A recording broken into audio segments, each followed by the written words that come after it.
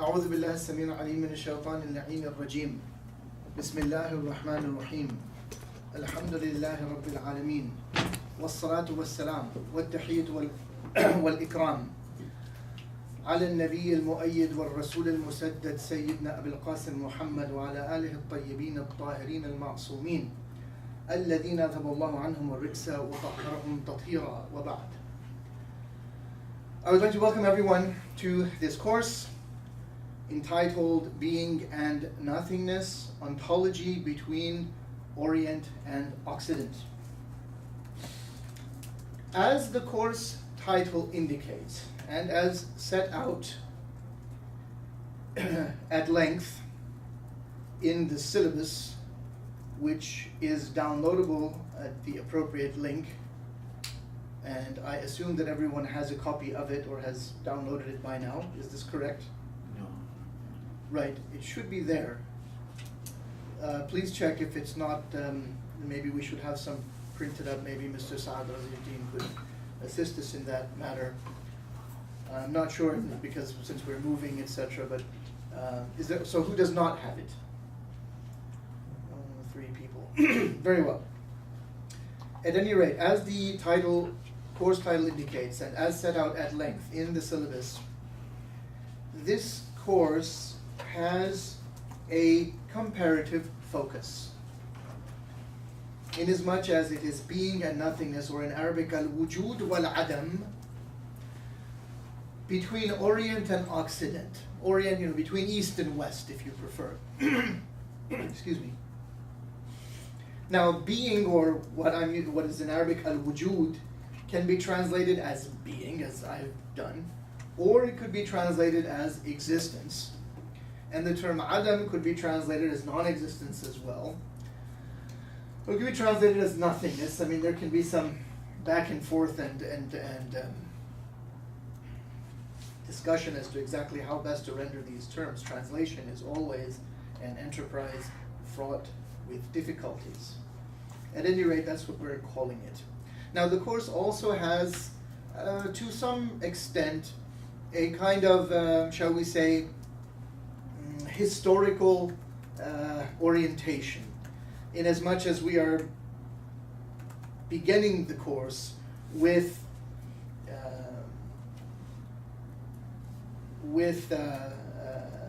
the understanding of certain ancient thinkers about this question.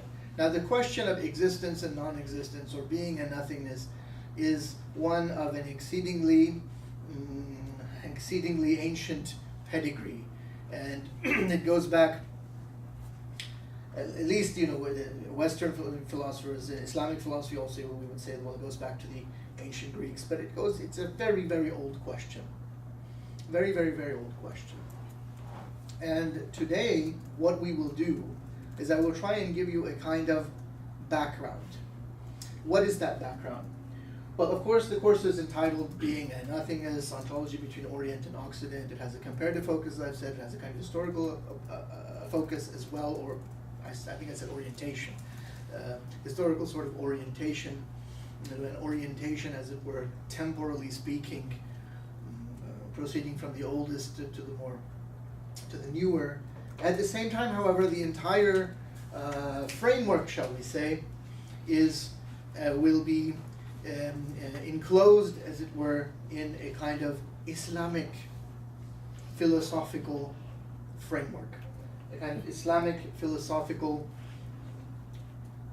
understanding of things. And so what I would like to focus on today is what do we understand by Islamic philosophy? Because I see this course and this entire enterprise in which we are about to embark, this adventure, I hope it would be, is a kind of journey or an understanding or a course within Islamic philosophy. So if we want to use that term, what do we mean by it? And I should point out that different people often mean different things by Islamic philosophy. So it's extremely important that before we commence, we do our best to define our terms. Now, my understanding is many of you have taken classes before at this Islamic Seminary. And so I'm curious, has anyone taken the class which was offered here or taken a similar class elsewhere in logic? Yeah. You have. Logic and Quran in Islam. There's a course offered by Sheikh Farid. Really? Is that the one where he taught the book called the Socratic Logic? Yeah. Yeah? So you took the two of you. You've taken. Yes, it's very important as you learn in logic, or what's called in Arabic ilm al-mantiq. It's a very important subject, and one of the first things you learn there is that you must define your terms. Terms are very, very important. So that's why we want to be very clear what we're talking about when we say Islamic philosophy. So we don't have time, obviously, to go into logic and all this, and those of you who have studied this will have a more probably subtle understanding of what I'm trying to say when I keep referring to terms. But anyhow, be that as it may, let us proceed. So this word Islamic precedes the word philosophy. And so grammatically, what is that in English grammar? Adjective. It's an adjective, and it's modifying a noun. Yeah. And Muslims, particularly in the late 20th century, and now in these very early years of the 21st century of the Gregorian calendar, the 15th century of the Hijrah, they love to use this term Islamic. There's Islamic everything. Islamic chemistry too. There's Islamic chemistry, there's Islamic economics, there's Islamic banking, there's even Islamization. Of knowledge. This is a term which has been bandied about as well by various people. It's a term used by Ismail Farouqi, who was deceased, rahimahullah. It's a term used by Sayyid Muhammad Naqib al-Abbas, who would constantly claim that he invented it. He is still with us, may Allah preserve him.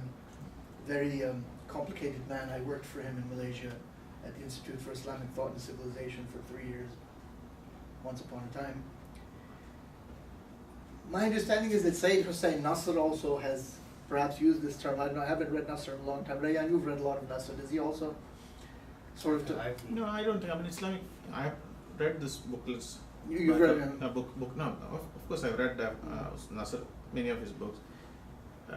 He's not. I think it's Farouqi is the main. Farouqi is probably the main guy, Trust. yeah. And anyway, Atas used to always talk about this, and it was a big deal at the Institute for Islamic Thought and Civilization. What do we mean? It continues to be among certain circles in Malaysia.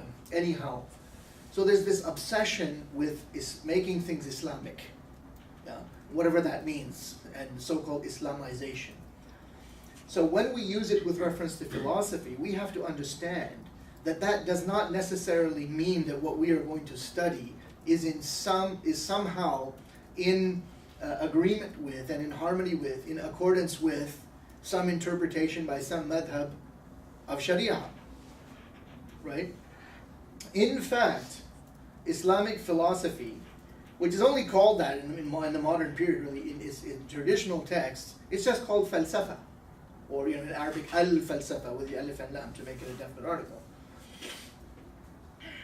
So falsafa, because in English we tend to drop the definite article in Arabic, so I'll just say, so when we speak of falsafa in the history of Islamic civilization, it has essentially had a rather ambivalent existence, and for the most part, the majority of Muslims have tended, and when I say Muslim, I mean Muslim scholars. I don't mean your shoemakers and your greengrocers and your water cup bearers and things like this. The average, no, not the Amma. The average sort of the Muslim scholars. The lay Muslims. Well, you see, lay is a term from Christianity, so let's. It's perfectly all right as a word, but I try and avoid things which terms. And this is a big problem in English, because much of the religious vocabulary in English is thoroughly imbued with Christian understandings. So you have to be careful when you use it. So when they speak of the laity and the clergy, we don't have that. In the Catholic Church, a priest performs some sort of a sacerdotal function, and even has the power granted by Allah, who knows, to absolve people of sins, as opposed to the laity. We don't have this distinction. Because I know there's a So I prefer to avoid that. Because Yeah. I looked at various dictionaries over Aha. 200, 300 years. I had an interest in that, and I found there's a pattern of secularization of language. There is a pattern of So, secularization of language. Which dictionaries did you use? I couldn't tell you off the bat right now. That's most unfortunate. Listen, when you do research, it's a good idea to try and remember what you've done or make some notes. And if in your investigation you did not consult what is known as the OED, or the Oxford English Dictionary, then your research work needs to be revised. The Oxford English Dictionary in 20 volumes is extremely important reference work if you want to find out the history of the meaning of a word, because they have citations. So it is the standard. Everybody in America was like, well, Webster's. Most of them don't even own it anymore. They go online. And Webster's is a little tiny thing. The OED is huge. If you are part of a fancy schmancy educational institution like UT Austin, when you're on campus, you probably have access to the online version. Since I am no longer involved in Western academia in that way, I don't have access. So I finally just went and bought it. Because, online stuff is nonsense. Like all 20 volumes? Yeah, I have all 20 volumes. I mean, yeah, I really don't have any space in my house, but I keep buying books, and you kind of have to do this. But it's extremely useful. I use it constantly. So, no, I don't speak of the laity and the clergy, to get back on point. I make a distinction between the learned, the scholar. Usually they talk about al-amma wal-khassa, the generality of people, and the elite, by which they don't mean a socioeconomic elite. They mean people who, by virtue of learning and study, have achieved a certain degree of competence or erudition, whereby they can speak in an authoritative manner on things related to. So yes. So, Walaikum assalam. Are you in this class? yes, I was planning to. No problem. What is your name? Amil Hussein. Amil. Amiel.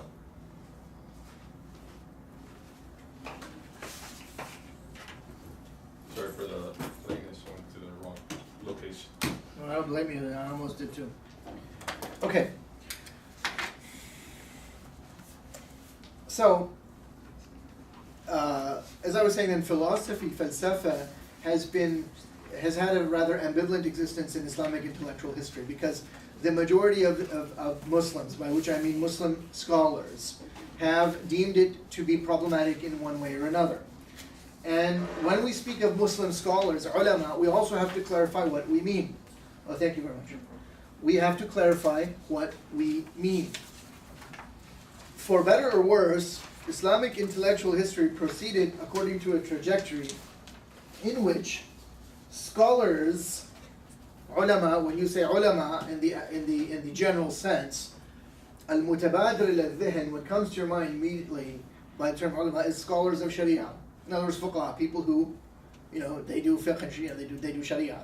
They're experts in this or that madhab, or more than one madhab, or they might even be, which is very rare, at least in Sunni Muslims, kind of so-called mujtahid mutlaq, after the period of the four eponymous founders, Abu Hanifa, Malik, Muhammad ibn Idris al-Shafi'i, Ahmad ibn Hanbal, someone like Jalaluddin al-Suyuti.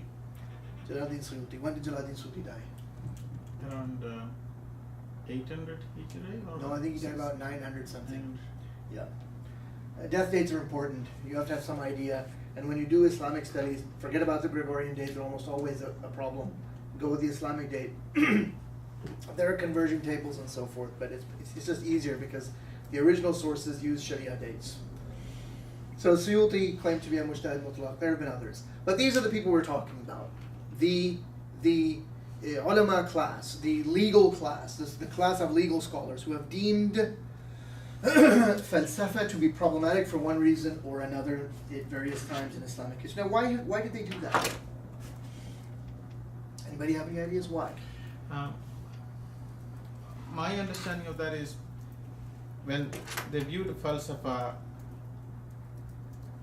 that direction is not constrained by the envelope of scripture, in a sense, revelation. Precisely. It was seen by them as a kind of extra scriptural source of knowledge. Now, when we say scripture, of course, in the context of our religion, we mean in the first and foremost, we mean the Quran, on which there is no dispute among Muslims anywhere as to its authenticity, but there is plenty of dispute as to its tafsir or interpretation. This is not the case with hadith.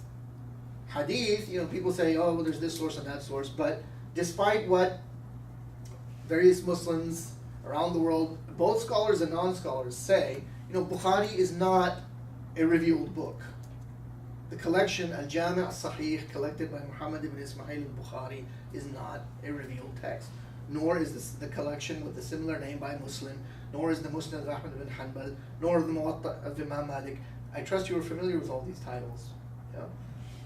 Nor is anybody else's collection. They didn't come down as a revelation like the Musnad of Zayd, which is used by the Zaydi Shi'as of Yemen, for example. Or there's a hadith compilation, I think it's called Musnad al-Rabi'a, isn't it, which is used by the Ibadis in Oman and in Algeria. And there are different hadith collections.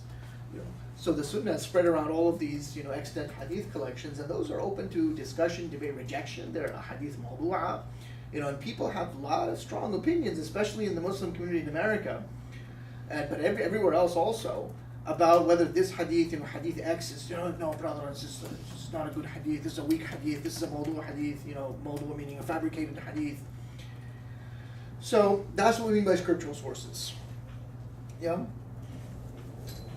And so falsafa was seen as a kind of autonomous source, a source which tried to, which was a path to knowledge on the basis of reason alone, on the basis of the exercise of the faculty of reason, or on the basis of the use of the intellect, al-aql.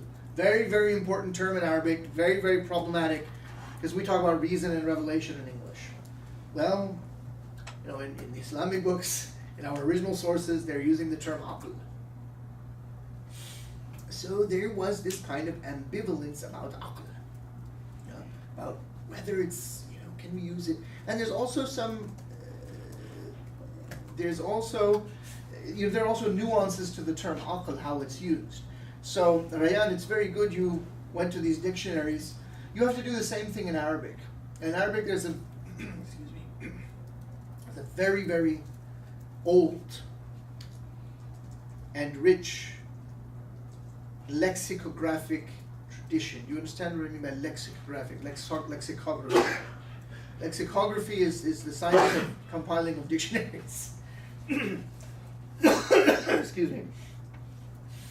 So lexicography, etymology, the origins of words, this kind of etymology is usually called in Islamic sciences al-ishtiqaq, and lexicography. I'm not sure if there's a classical word for it. In modern Arabic, people say ilm al-ma'ajim, because in dictionaries typically the word is used as mu'jam. There's also the word qamus. Anyhow, so there's a very rich lexicographical etymological tradition in Arabic. And sort of the default work that you go to, which is similar to the OED as is in English, is Lisan al-Arab by Ibn Manzur. There are online versions. If you're really serious, you better buy your own. And there are very good editions of that. And you can have a handy dandy, all 19 volumes. You could fit it on this desk because it's smaller type. So Lisan al-Arab by who? Ibn Manzur, Mim Nun Va Ra, Manzur, Ibn Manzur. There's also a dictionary of comparable size called Taj al-Urus min Jawahir al-Qamus by al-Zabidi, which is in Yemen, but he was originally, Murtada al-Zabidi, the author, the compiler, was originally born in India, northern India, in Bilgram. And they're very old dictionaries too. The oldest dictionary probably in Arabic, and most people claim it's the first one. I don't know, it may well be, I haven't deeply investigated the subject. One moment. It's by Al-Khalil ibn Ahmad al-Farahidi. Unfortunately, I do not remember the death dates for Ibn Manzur, and Zabidi would be much later than Ibn Manzur, but Al-Khalil ibn Ahmad al-Farahidi died in 170 of the Hijrah, 170.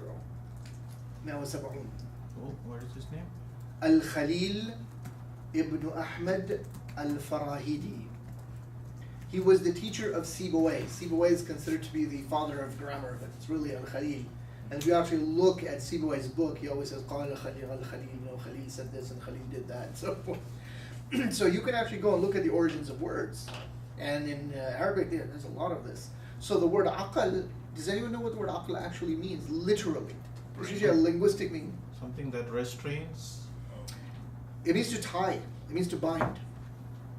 And so it was used also in the sense of the payment of blood wit, what is called in Urdu khunbaha. If you have Blood money. yeah, blood money, if you've damaged someone, you've hurt them, then you have to pay some.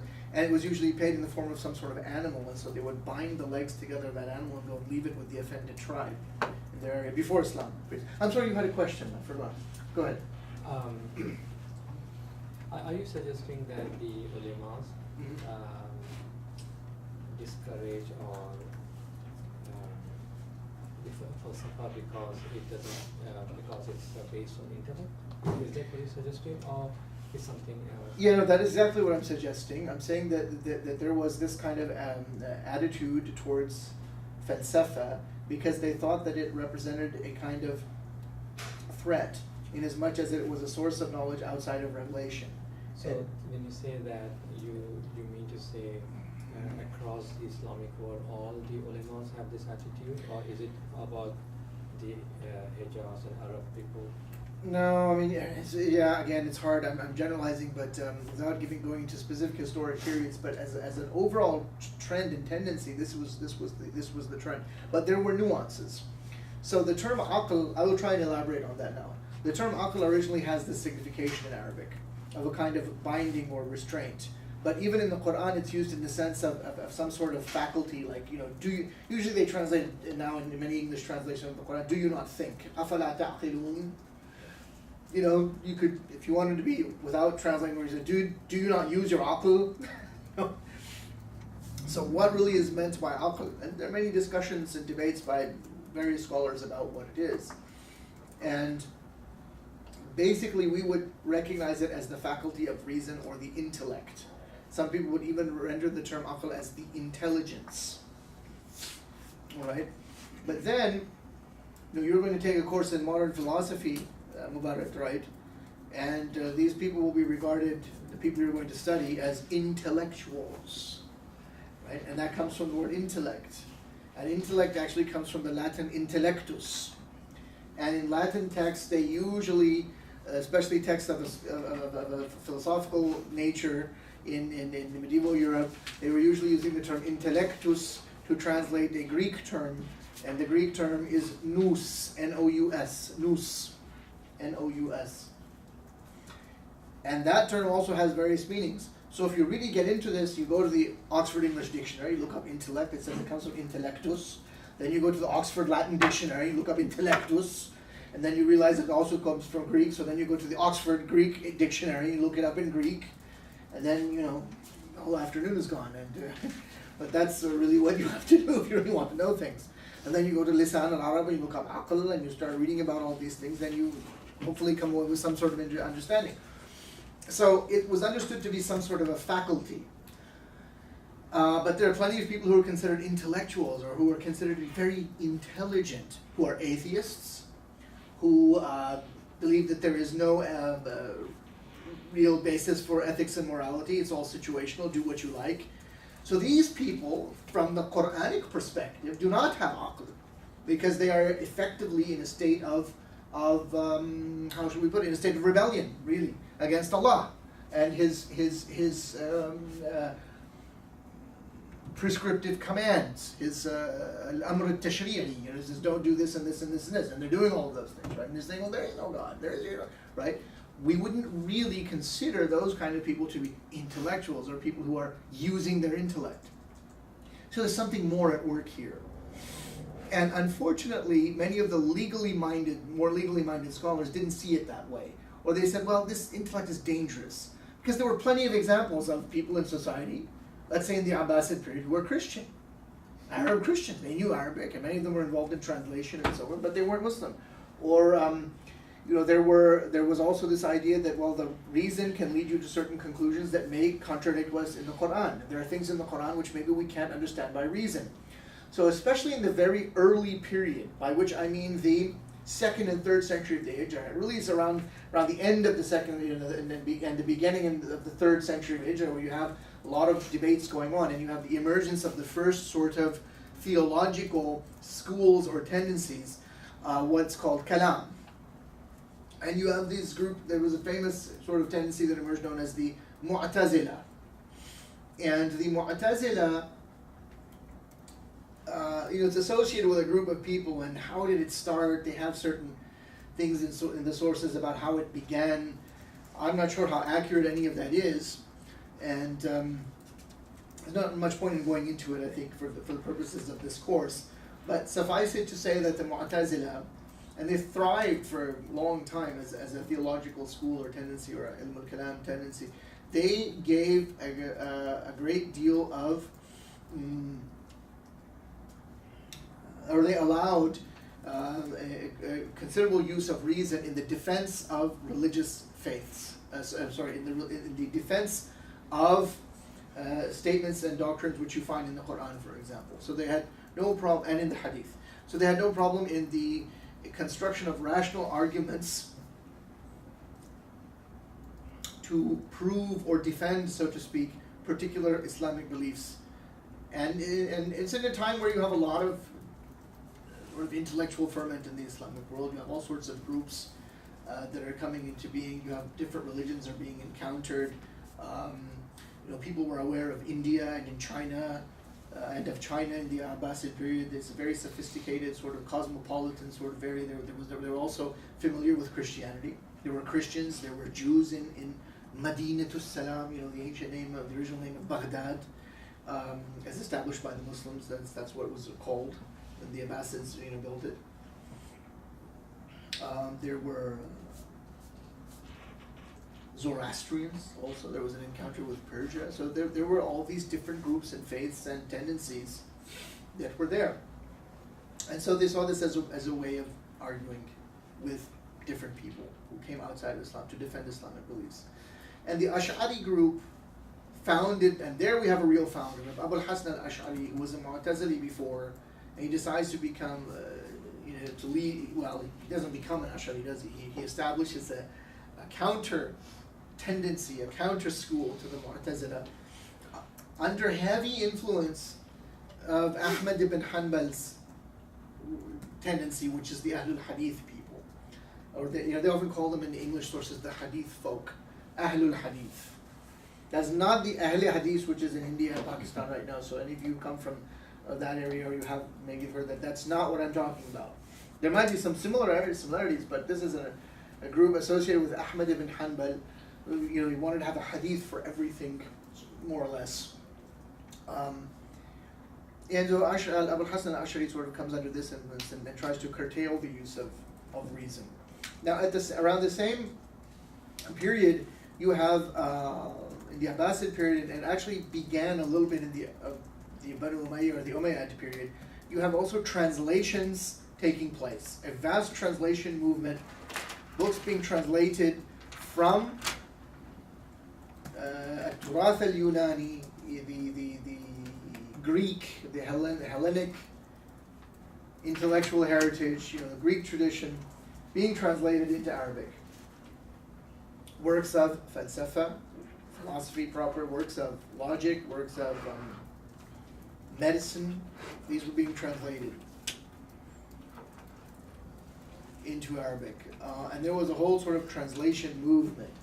Apparently, as I said, it sort of began in the Umayyad period. Apparently there was an interest on the part of one of the Umayyad rulers in alchemy for dunyawi purposes. So there were translations made about supposedly of the Greek alchemical works. You understand what I mean by alchemy? The supposed science whereby you might transform base metals into gold. That is a very interesting subject in its own right. We can't talk about it right now. And this translation sort of movement comes into great prominence in the Abbasid period, under the Abbasid ruler Al-Ma'mun, and the establishment of something called the Baytul Hikmah, the House of Wisdom, which was very much devoted to this kind of research. And so a great number of books get translated into Arabic, and the translations were done by Christian Arabs mainly. And they weren't, I doubt that they were done directly from the Greek, because there was already a huge amount of translation that had taken place from Greek into Syriac. The Syriac is an extremely important language. It was a kind of intellectual, kind of a lingua franca in the Near East before Islam. Syriac is a Semitic language. It's actually a kind of, in the way that people classify it today in Semitische Sprachwissenschaft, in the study of Semitic languages was very much dominated by Germans. All the really important books are in German. They call it Semitische Sprachwissenschaft. It's classified as Aramaic. There's different kinds of Aramaic. And you understand what I mean by Semitic languages. In Semitic languages, we have Arabic, we have Hebrew, we have Akkadian, we have Aramaic, we have ancient Ethiopic or Ge'ez, we have all sorts of stuff. But those are the really important ones. And so Aramaic actually includes different varieties. There's biblical Aramaic. There's two major passages in the Bible, in the Jewish Bible, the Hebrew Bible, which are actually in Aramaic. The Christians also accept those books. There's Christian Aramaic, which is usually called Syriac, and it's written in two different ways also. It's very interesting. There's a Jacobite script, an Nestorian script, and there's another script called Estrangila script. Then you have Jewish Aramaic, of which there's so-called Palestinian Aramaic and Babylonian Aramaic. It's a huge. There's in fact a whole handbook called the Aramaic Handbook that has all this stuff. There's Mandean. So these are all related.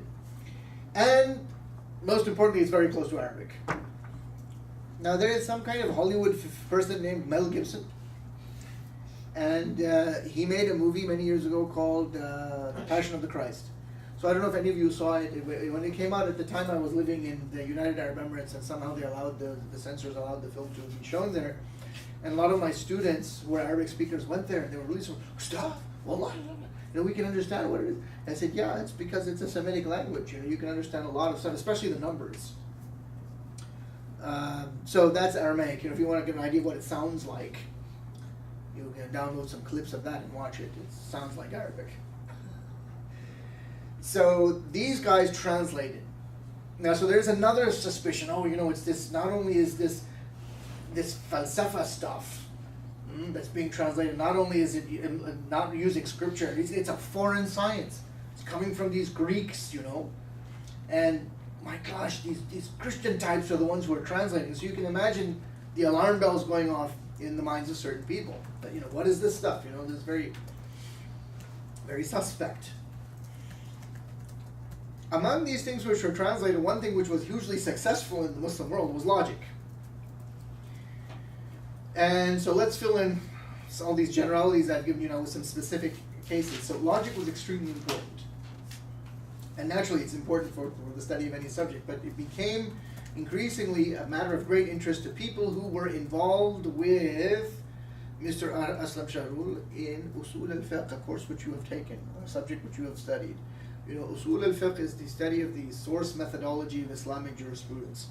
And I don't know how it was presented to you, but it really is a kind of epistemology, because they're arguing about what constitutes a proof in Sharia. About if you want to say that, let's say we claim that if somebody laughs out loud while they're performing, Salat al-Dhuhr, one of the 5 daily prayers, does that invalidate their prayer or not? If you say yes, well, what's the proof? Well, you say, well, I've got this hadith.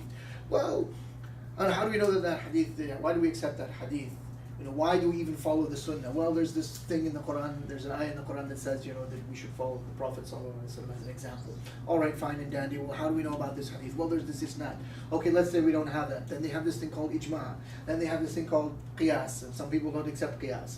There's all debates on all of these things. That's usul al-fiqh. So you're having deep arguments and discussions in usul al-fiqh about really how you interpret text, right? And how you accept something as a source of knowledge or not. One big debate on hadith was, do you accept what are called akhbar al-ahad? you know أخبار الأحاد or Yeah. خبر الواحد, you know, a hadith which has a solitary chain of transmission. Do you accept that or not? If so, why? If not, why not? So you can see how logic would be useful, right? So logic really makes a great headway in people who are studying usul al-fiqh, especially when Al-Ghazali wrote an extremely important book. It's fascinating reading even to this day. Al-Ghazali is a fascinating figure, although I do think he's somewhat overrated, especially among Sunni Muslims. But he's a very important figure. And he wrote a book called Kitab al-Mustasfa. And in the Mustasfa, al-Mustasfa fil Usul, it's a book about usul al-fiqh. It's a big book. It's a fascinating book. It makes fascinating reading even today. I think it's probably one of the most interesting books on usul al-fiqh, the classical, as opposed to modern writings on the subject. And he has a muqaddimah, a prolegomenon, it's a fancy word for introduction. And that introduction is about ilm al-mantiq. But he knows, and this is what's so interesting about this whole business about reason and revelation, even in usul al-fiqh.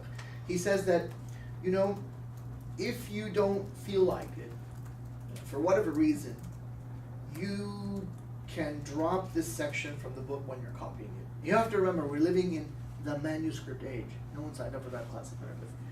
You're living in the Islamic manuscript age. The age of the hand-produced book. You can't walk into a Barnes and Noble or Borders. I think Borders is over now. You can't walk into a bookshop and buy a book. There were booksellers, but there weren't a lot of them. And Islamic knowledge had the kind of character that if you really want to know something, even if you had the book, you had to study it and then find someone and you try and get an ijazah. And this kind of tradition was there. And so books were copied, they were sold, And he's saying that if you're a scribe or if you're a student and you're copying this book, you can drop this section if you like. Very interesting. So Al-Ghazali was aware that some people thought that this mantiq business, because it's a foreign science, and you would be surprised, there were books written against the study of logic. Ibn Taymiyyah, who has many claims to fame, this is yet another one, where he authors an entire treatise against the study of logic. And the whole thing has been translated into English as an expensive hardcover book. You can find it on Amazon. Maybe you can find it used also on Advanced Book Exchange, etc. It's called Ibn Taymiyyah Against the Greek Logicians. If you have access to the library at UTL, is this still called PCL? Yeah, it's called PCL. Something Castaneda, what is it? Perry Castaneda. Perry Castaneda Library. They have it there. Okay. It's an expensive book though. And the shocking thing is, I really find Jalaluddin Suyuti to be a fascinating figure, but I really have to scratch my head when I see that he also has a treatise against logic. So there were people who were really, put off by this stuff. Excuse me, yes, you had a question? Yeah, is it a different book? I know he wrote one about Ibn Taymiyyah? Yeah, his yeah, it's different. He has a book called this is a different. This is a distinct and separate treatise. Okay. But that one was a little bit accepting. There was at least a ability to bridge the gap between aql and naql at the same time, text and logic as well. I have not read the other work. Yeah. So I prefer not to say anything about books I haven't read. But the Ibn Taymiyyah Against the Greek Logicians, and in fact, I don't think I consulted the Arabic. I remember when that came out. I wasn't aware. I was working on my thesis dissertation. The book came out, and we sort of went and looked at it, and there were some friends who were reading it. And anyway, so Ibn Taymiyyah had this thing against it, and in fact, I think that the Suyuti one may be an abridgment of that, if I'm not mistaken. But I'm not sure. I don't at the moment. I don't remember. I actually didn't plan on mentioning it, but otherwise I would have checked on that before I came. But as we say in Arabic, al-kalam yajurru al-kalam, so here we are. Did you have your hand up? Yeah, it seems that the ulemas, or even Imam al-Ghazali, they have a tendency to discourage philosophy, logic, and all this stuff for common folks, and they actually, what I read about Imam al-Ghazali, he himself mastered the philosophy of Greek before he wrote a book against it. And other ulama also have this attitude of discouraging it for common folks. Is that, do you agree with that, or is it? Some of them, and some sort of are very clear they discourage it for everybody, and I think it's a big mistake to discourage falsafa, especially in the age that we live now. Maybe things were different then.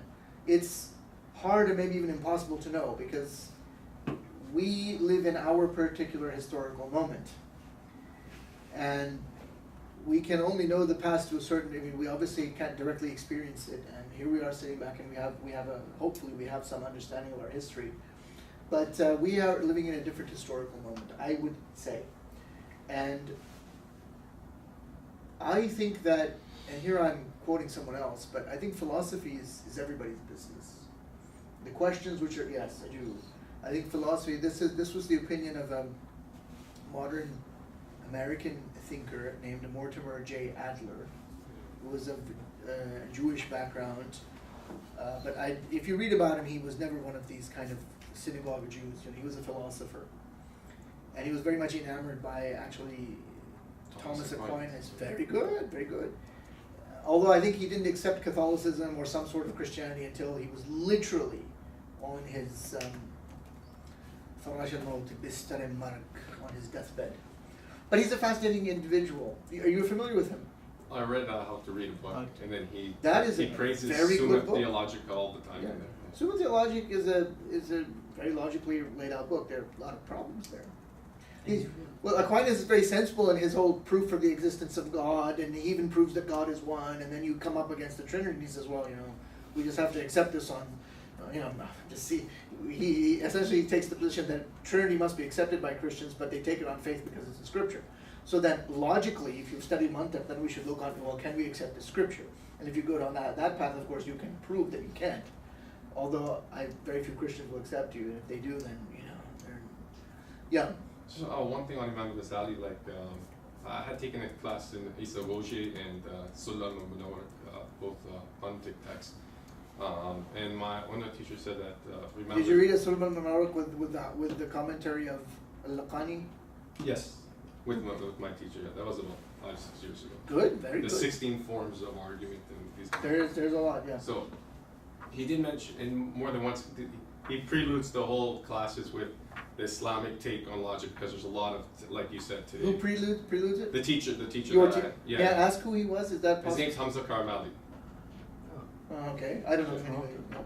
He's from Toronto, but he's in the Kalam, very big on Kalam. Yeah, Ashari, and so he mentioned that Imam Ghazali, and I've heard from others too, even also Sheikh Khalil, that when Imam Ghazali came, actually he says anything that the scholar writes, if he's not a master of Mantiq, his knowledge is not to be trusted. I agree.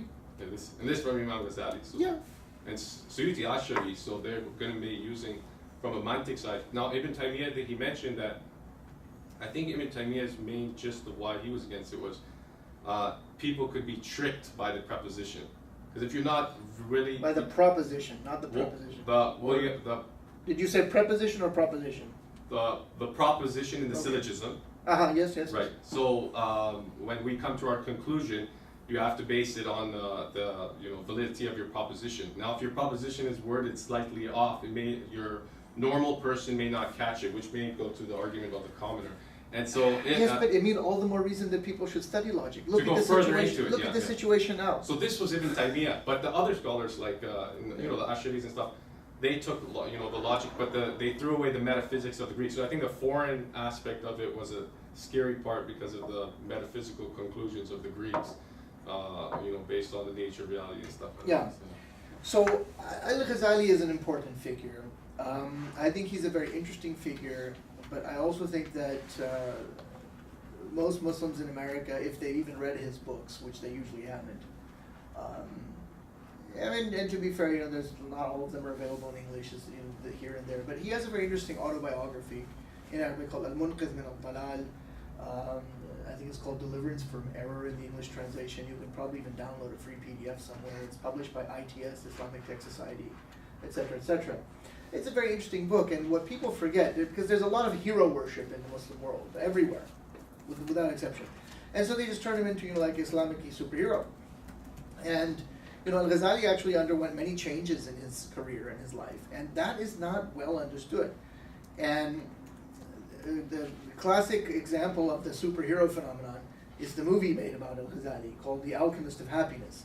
It's otherwise very well filmed and all of this, but there's almost no context. You just have Hamza Yusuf going on and on about how great he is, and he's just so great, and then you have T.J. Winter, somewhat more sedate, stiff upper lip British, going on like this. But they never really give you any context about what in the world was going on there. And then they say, well, it was a time of great, it's like our time. Oh, really? There was a great confusion, and he's this, well, who assassinated Nizam al-Mulk? What was really going on? What was the political conflict going on at that time? They never tell you about that. They just give you all this little dramatization. And anyhow, Al-Ghazali wrote a pivotal treatise against philosophy called Tahafut al-Falasifa. But the context in which he wrote it is very important. He was being groomed by the Salajiqa, the Seljuk Turks. Now, the so-called caliphate in the Muslim world is basically not a caliphate. The Khalifa, so-called Khalifa, sits in his palace, and his authority extends to the palace wall. And it's basically a kind of military regime in which the soldiery runs things. And before the Seljuk Turks, were the Turkic, maybe Central or Western Turkic people, I think, who sort of take over. Before them, it was the Buwayhids, and the Buwayhids are kind of a Persianate sort of soldiery group who happen to be primarily Zaydi Shiite, but they recognized the suzerainty, the authority of the Abbasid Caliph, and they sort of rule in his name. It's sort of like what happened in Japan when you have these samurai, the shogun, the samurai generalissimo is ruling in the name of the emperor of Japan, and the emperor should stay in his palace, perform the necessary rituals to ensure the rice harvest, and leave the real nitty-gritty to the samurai. So a similar situation like this. And so when the Seljuks take power, it's very important for them to promote a kind of Sunni interpretation of things. Because they were really scared of who? The Fatimids, who were on their very doorstep, who were a Shiite dynasty. Not a Twelver Shiite dynasty, but a Ismaili Shiite dynasty. And much further away are the Umayyads in Spain, right? So this was actually the whole political thing that was going on. And the Fatimids had no qualms about using assassins. And that's really what, when you see in the movie, this guy comes, oh, can you give me something to Nizam al-Mulk? And Nizam al-Mulk turns around and is about to take off his ring to give it to the beggar, and the guy stabs him to death. And they're using that as a dramatization, and it's, Winter and Hamza Yusuf going on about what a complicated time it was, and but they never explained you what was really happening. So that's the context. And Al-Ghazali is pressed into service to become a kind of official establishment intellectual, is how we would put it today, and sort of defend the ideology of the Abbasids, and to say that the Abbasid Khalifa, sitting in his palace, is the true Imam Adil, the true just ruler, and to obey him is wajib, is necessary on everybody. And he writes a book called Fadaih al-Batani, in which he defends this. And he writes a book refuting Ismaili Shiite doctrines, which is very sort of book on epistemology, really, called Al-Qistas al-Mustaqim. And because the Ismaili understanding of things is the only sort of sure path to religious knowledge, because religion has a zahir and a batin, an outward and an inward aspect, an outwardly manifest and inwardly hidden aspect, an esoteric and an exoteric. The only way to get to the inner meaning is through the infallible Imam. And Al-Ghazali is saying, no, well, you can actually use reason. So then he takes a sort of different take in his other book, which is Tahafut al-Falasa, which is a refutation of philosophy. Now that was a danger also. Many intellectuals were interested in it, but there was also a strain of people among the Ismailis who were very interested in philosophy. So all of these things are going on. And the book, Tahafut al-Falasifa, proved to be quite decisive in the Sunni world. Now, after some time of doing all of this, Al-Ghazali realizes that he's sort of not been true to himself. He's been kind of an establishment intellectual. He's getting paid to write these books. And that's how he really has the crisis. They never give you that dimension in the general discourse on Al-Ghazali in English, unless it's written from an Ismaili perspective. There's actually a book called Al-Ghazali and the Ismailis, published by the Ismaili Institute, which is very interesting reading. But Hamza Yusuf and T.J. Winter, they never explained that this is what's happening. It's just like one fine day Al-Ghazali gets depressed and decides that his life isn't going the right way. And well, one would think that that had something to do with it. I mean, if you wanted to give a whole historical picture. And so he renounces everything, he goes off and goes into tasawwuf, etc., etc. Comes back, writes Ihya Ulumuddin and other treatises, and really Al-Munqidh min al-Dalal, because he says his age, it's just before he dies, a very short number of years, just a couple of years, I think, before he dies. He dies in 505 of the Hijrah, which corresponds to 1111. Very easy date to remember, both of them. And so his refutation of philosophy is really quite decisive. And in that, he addresses a number of issues, and he addresses two people in particular, Al-Farabi and Ibn Sina. These are probably the two most significant people in the history of Islamic philosophy, especially the second one, Ibn Sina. His influence stretches much beyond his life and into our own day. Al-Farabi died in 339 of the Hijrah, and Ibn Sina died in 437. He mentions the two of them by name at the end of the book. Tahafuz al-Falasfa is a very, very interesting reading, but it's very, very heavy reading. It's not a very long book in Arabic, but it's a dense book. There are different English translations available, and there's even a dual language edition. So he's interested in various issues. And at the end of the book, he concludes that, most of these philosophers, because they believe in these things, and he mentions them 1, 2, 3, and I'll tell you what they are. Because if you believe in any of these things, the other stuff that the philosophers teach other than these three things is not such a big problem. It doesn't really affect your standing as a Muslim when you die, right? But these three things, it's very serious. If you hold to these doctrines,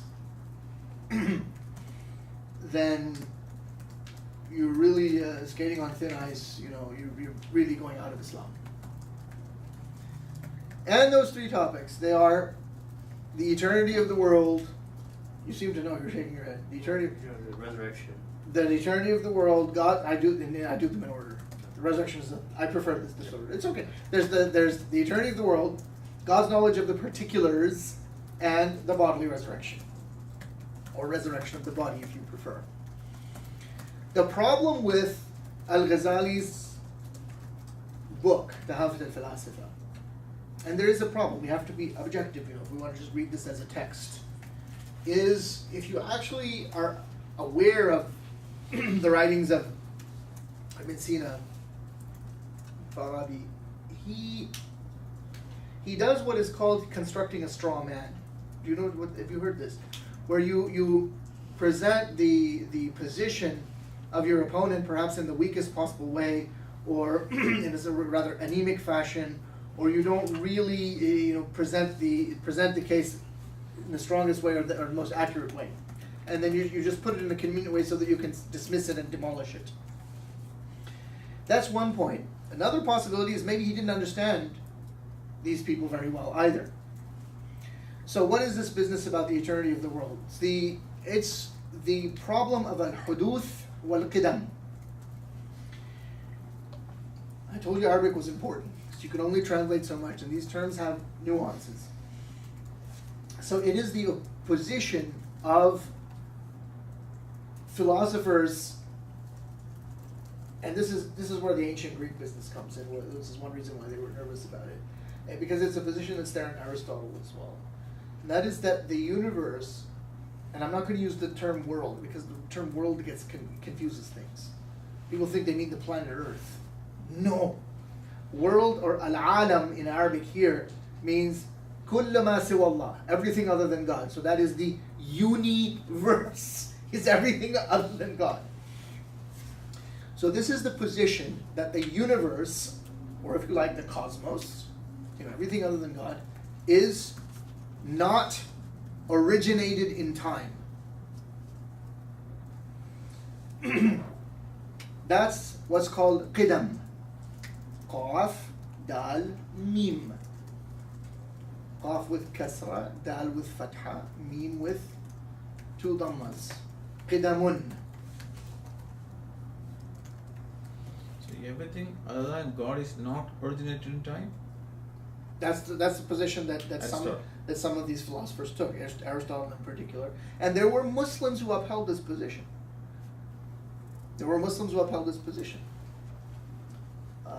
So the Most interestingly of them probably, because people usually, especially in the Sunni world, don't have, Ibn Sina and these guys. But you've got Ibn Rushd. If Ibn Rushd is such a rotten fellow, then people should stop teaching his book. Maybe they did, I don't know. They should stop teaching his book on comparative jurisprudence at the Islamic University of Medina, which is Bidayat al-Mujtahid wa Nihayat al-Muqtasid. It's a very important book, yes. So in other words, it meant universe precede creation of time. Oh, and this is the whole problem.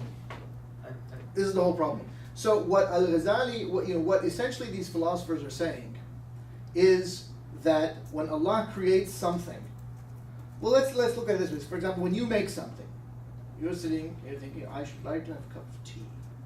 Well, that cup of tea doesn't materialize in front of you. You have to presumably go to the kitchen, get all the things that are needed to make this tea, and do what needs to be done, and boil the water and whatnot, and put in the thing. And if you use milk, you have to do this, and everyone has their way of making the tea, right? And then you've made the tea. So the question is there a gap between God's creative act and the actual creation of things? And this problem of huduth and qidam continued to be a huge problem for centuries thereafter. So they're saying no. And in that sense, the universe, God is the creator of the universe, and he precedes the universe, but he does not precede it temporally, he precedes it logically. So, the sort of naive way of looking at it is, these guys are saying that, the universe is eternal just like God, and it's always been here. And that's obviously some shirk, because only God is this, and so these people have to fight, and, let's go and, beat them up or something, right? So, this is kind of, and I am not espousing that position, do not misunderstand me. I do not agree, for the record. No, I don't uphold the position of Qidam as I have explained it. And so it's a whole problematic thing. Anyhow, so that's how it's portrayed. Then there's something called God's knowledge of the particulars. The philosophers held that there are these things in logic called universals and these things called particulars, kulliyat and juziyat, and that God's knowledge was knowledge of the universals. And through his knowledge of the universals, he knows all things. But he doesn't know particulars. And so people also thought this to be problematic. And again, I don't want to go into these details, I'm just sort of giving you a summary. And then they had, because of their particular understanding of what is meant by the human soul, these philosophers upheld the idea that the resurrection is the resurrection of the soul, but not the body. And so then you say, well, what about this verse in the Quran? What about that verse? Well, it all comes down to the interpretation. So, on the basis of this, Al-Ghazali rejected. And then this is what becomes identified with falsafa then, is philosophy. And so that's why his book is so sort of pivotal, is so pivotal in the history of Islamic thought, because it really then lends a kind of, as many people have written, a kind of death blow to falsafa. Now there was a book written in refutation of Tahafut al-Falasifa, which also makes fascinating reading. And if you want to read them both, just read the English translation of Ibn Rushd's book against Al-Ghazali called Tahafut al-Tahafut, because he quotes Al-Ghazali in full, so you don't have to have both books. Although it's an expensive proposition, because I think the English translation, there's only one, or maybe they've done another one, I don't know. But it was in the EJ, it was in the Gibb Memorial series, and it's a very expensive book. Maybe there's a PDF, but if you know Arabic, you can buy it for almost nothing. So, Ibn Rushd is trying to argue against Al-Ghazali, but he's trying to do more than that. He's trying to throw out Ash'ari theology. He thinks that Ash'ari theology is intellectually shallow, it's problematic, it doesn't work, makes a mess in usul al-fiqh as well. And so there's no reason for us to have it. We should follow Aristotle. So as a philosopher, he's very close to Aristotle. He is really a strong Aristotelian. Ibn Sina is not. Ibn Sina is his own man. And Aristotle, and Ibn Rushd is very much a commentator on Aristotle. That's what he's known for. He has several commentaries on Aristotle's books. He has, commentary on, most importantly, the metaphysics. Aristotle, when did he live? Aristotle lived between 384 and 328 BC. In the BCs, the numbers decrease. So he didn't die 384, he dies 328, sorry. Okay? So that's BC, قبل المسيح عليه السلام. He was, of course, a disciple of the great Plato, Aflatun. In Arabic, it's Aflatun. This is closer to the Greek, because in Greek it's Platon. And, they shorten Aristotle to Aristo in Arabic, or it's Aristoteles, because that's what it is in Greek again, Aristoteles. The Plato is between 427 and 347 BC. And of course, Plato is taught by Socrates, and the Socrates that's portrayed in Plato, is that the real Socrates? These are all questions which are beyond the scope of our lecture. But he was a disciple of Socrates. These people were historical figures. They exist. There's evidence that there really were people walking around. I think there's manuscripts, inscriptions. I'm not a specialist in Greek, but these are not mythical figures. Unlike Zeus and Apollo and so forth. Maybe there's some historical basis, right? But we have no doubt that these guys actually existed. They had writings. There was a guy named Socrates. Yeah? So these are the major influence. And Ibn Rushd is very true to Aristotle. So Aristotle has a book called the Metaphysics. Although he didn't give it that title, he has various other treatises. There's what in English is generally known by its Latin title, De Anima, on the Soul, Kitab al-Nafs. And Ibn Rushd really has very excellent commentaries on these, because Aristotle actually was supposed to be a very good writer in Greek, and that in fact he wrote dialogues as well, but they haven't survived. And it's interesting to read Aristotle's will. There is a will of Aristotle that's survived. It's very interesting. It shows you what kind of person he was, that he actually sort of lived according to his ethical treatise. He has a book on the ethics called the Nicomachean Ethics. And that reads very well, but his other stuff, Nicomachean, because his son was Nicomachus, probably named after his father, although there's a dispute about whether his father's name was also Nicomachus. Anyway. But what survives of Aristotle's writings, what's known as the Aristotelian corpus,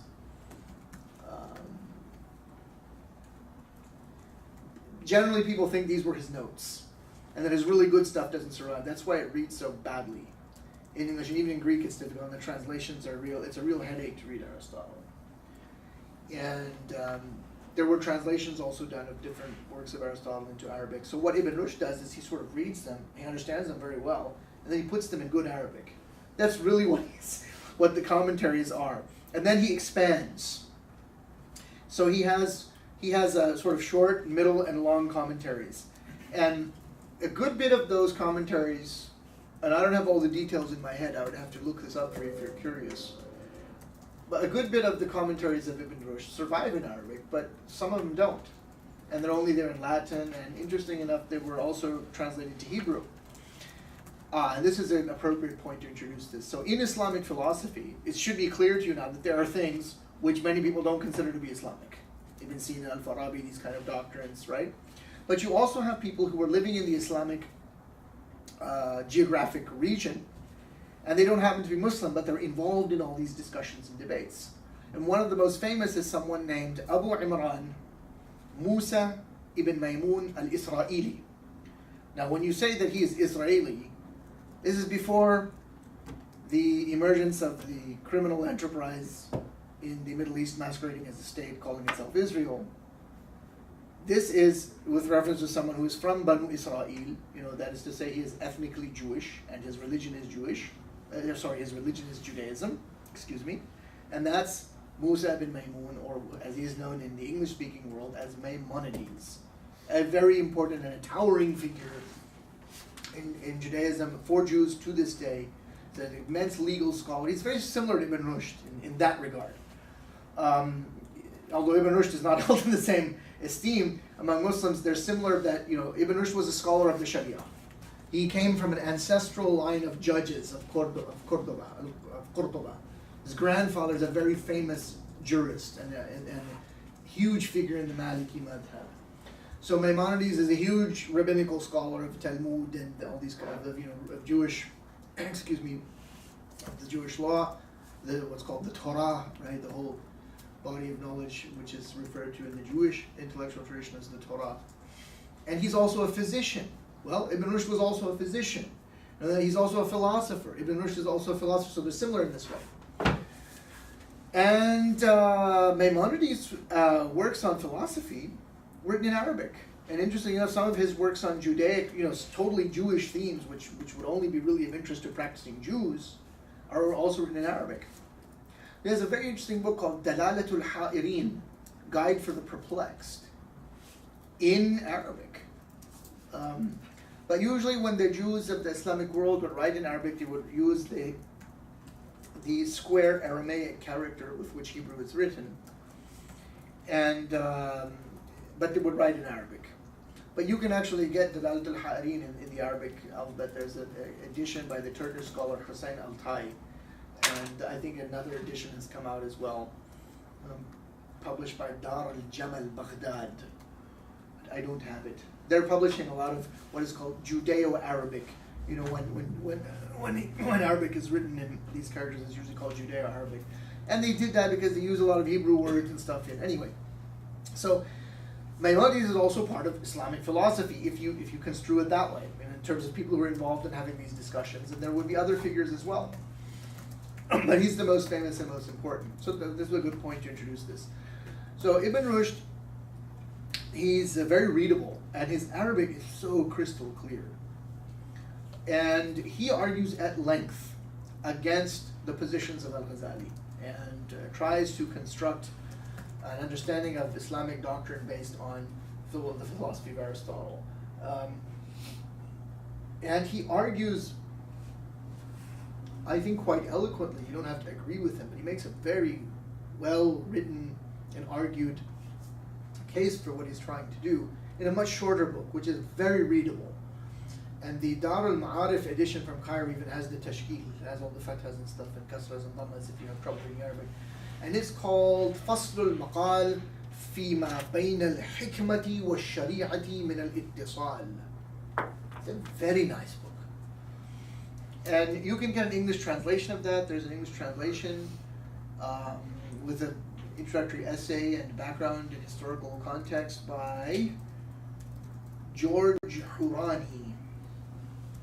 George Hurani, brother of Albert Hurani. Albert Hurani has a very, very well-written book called, A History of the Arabs. Well, this is George. George didn't write a bestseller. What was A History of the Arabs a bestseller? It probably sold much more than Hurani, George, the other brothers' books. Who's a philosopher. And he wrote a book called, I think, Reason and Revelation in Islam, something like this, in which he translates, this book of Ibn Rushd, which is a short book. I have that. You can read it in an afternoon. You have it. Yeah, Reason and Revelation by Ibn Rushd translated. It's a very interesting book. I haven't read that. I read only the introductory part, but I'll read as part of this. Yeah, you can read it. It's a very well-written book. And so he argues and says, look, and notice he says in the title, the title means, it says Faslul Maqal, okay? The decisive treatise. فيما بين الشريعة والحكمة من الاتصال. The decisive treatise concerning the relation, or the convergence actually, connection or commonality between Sharia, the sacred law, and wisdom, al-hikmah. He doesn't use the word falsafa. So people who really understood what they were talking about, they said that, falsafa is not some Greek thing, it's wisdom. And when you say it's al-hikmah, well, there's an ayah in the Quran, right? What is the ayah about al-hikmah? No, what is it?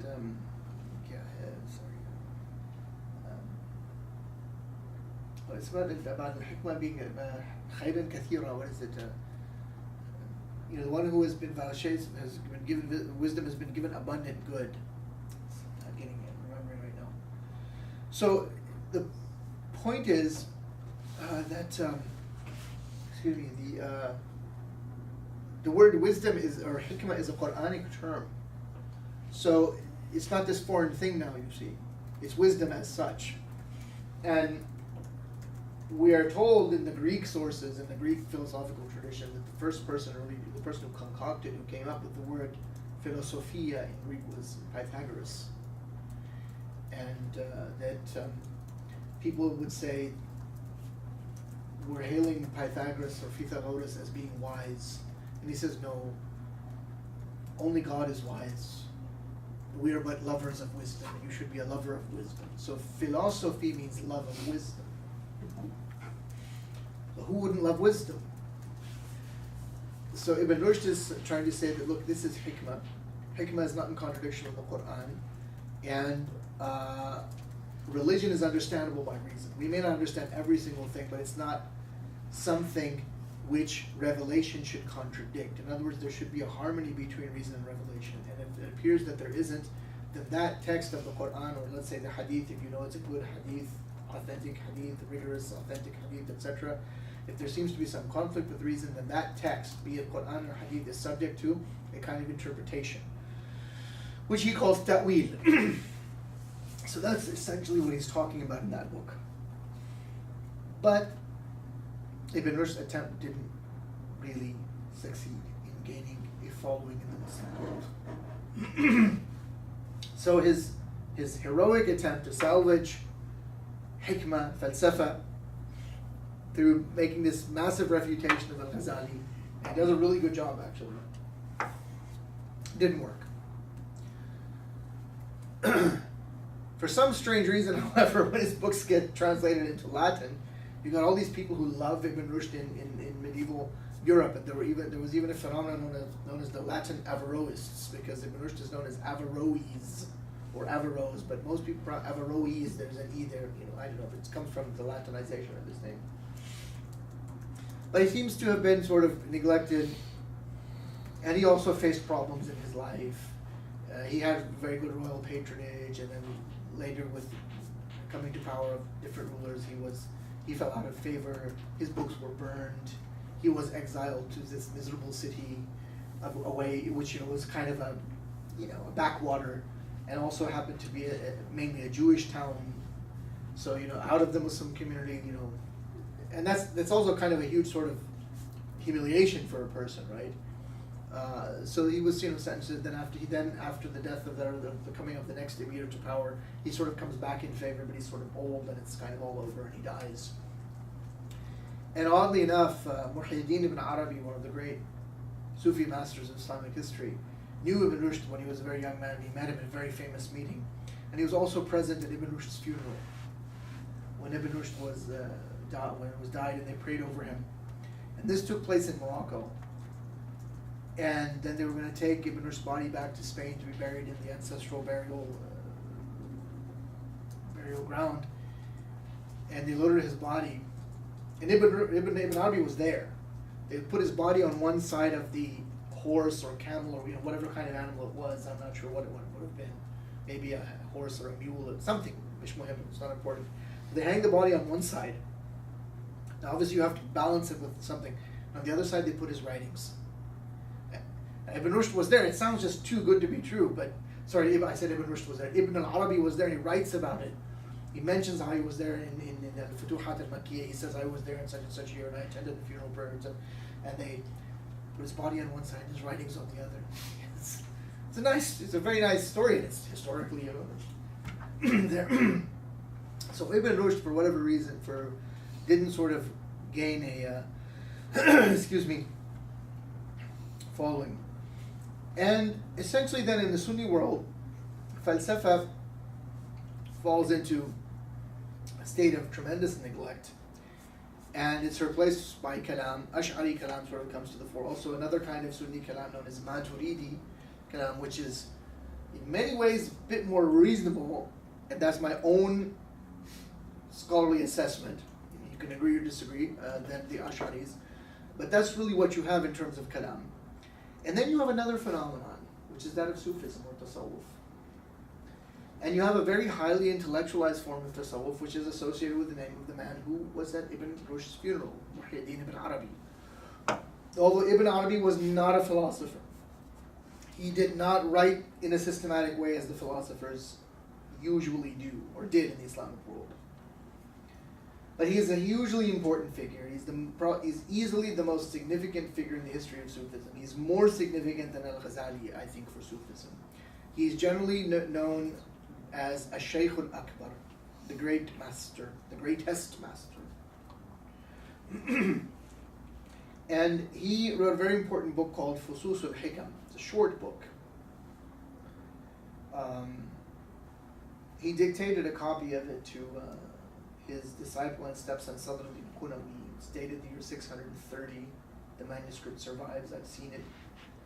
He died in 638, which is 1240 of the Gregorian calendar. And so in the 630, the 630 dated copy, which was dictated at Damascus, it's 78 folios long. And a folio, this is a folio, you know. A folio means this is a folio. So it's front and back. So if it's 78 of those, it's about 156 pages. And it's a short book, and in most printed editions, it's about 100, 120, 150, whatever pages. There's a new critical edition of it, which is much fatter. This is here. It's a very important book, and there's scarcely a manuscript library anywhere in the Muslim world that doesn't have a copy. So that's a summary of his teaching. He has a much larger work called Al-Futuhat al-Makkiyah. That's a big, big book that also survives in manuscript with his signature. There's an autographed copy, also in Turkey, in 37 thin volumes, but that's a lot.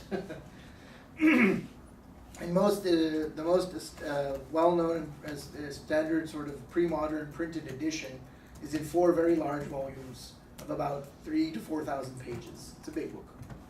Those are his 2 most important books, but the Fusus al-Hikam is a summary. And because it's summary, it's convenient, and it was taught by him to his disciple Sadr al-Qunawi, and then there were a series of commentaries that were written on it in a master-disciple succession. Ibn Arabi is sort of the first to make a commentary, but it's very brief and almost impossible to understand without another commentary on the commentary. Sadr al-Qunawi writes a commentary called Kitab al-Fukuk, but it's kind of a thematic thing. He summarizes it. And his disciple Mu'ayyiduddin al-Jandi writes a serious, full-fledged commentary on each line of the work. And after him, there's a guy named Abdul Razzaq al-Kashani. The odd thing is that Kashani is a disciple of Mu'ayyiduddin al-Jandi, but Kashani happens to be a Twelver Shiite. He writes a commentary. Then Dawood Qaisari, his disciple, Sunni Muslim, writes a commentary. And it's a big, fat book, because many people then started writing commentaries on commentaries, what's called Hashia. And the edition which you get now is like this thick. Who is the Sunni or the produced commentary? They're all Sunnis here except Abdul Razzaq al-Kashani. After that, you mentioned another scholar name. After Kashani is Dawood al-Qaisari. Okay. So there's a city in Turkey called Kayseri. It's known for its very beautiful carpets. He was from there. And he's one of the very early, he's a very important sheikh in the early Ottoman Empire. In fact, he's mentioned in the Ottoman biographical dictionary. Anyway, Dawood al-Qaisari.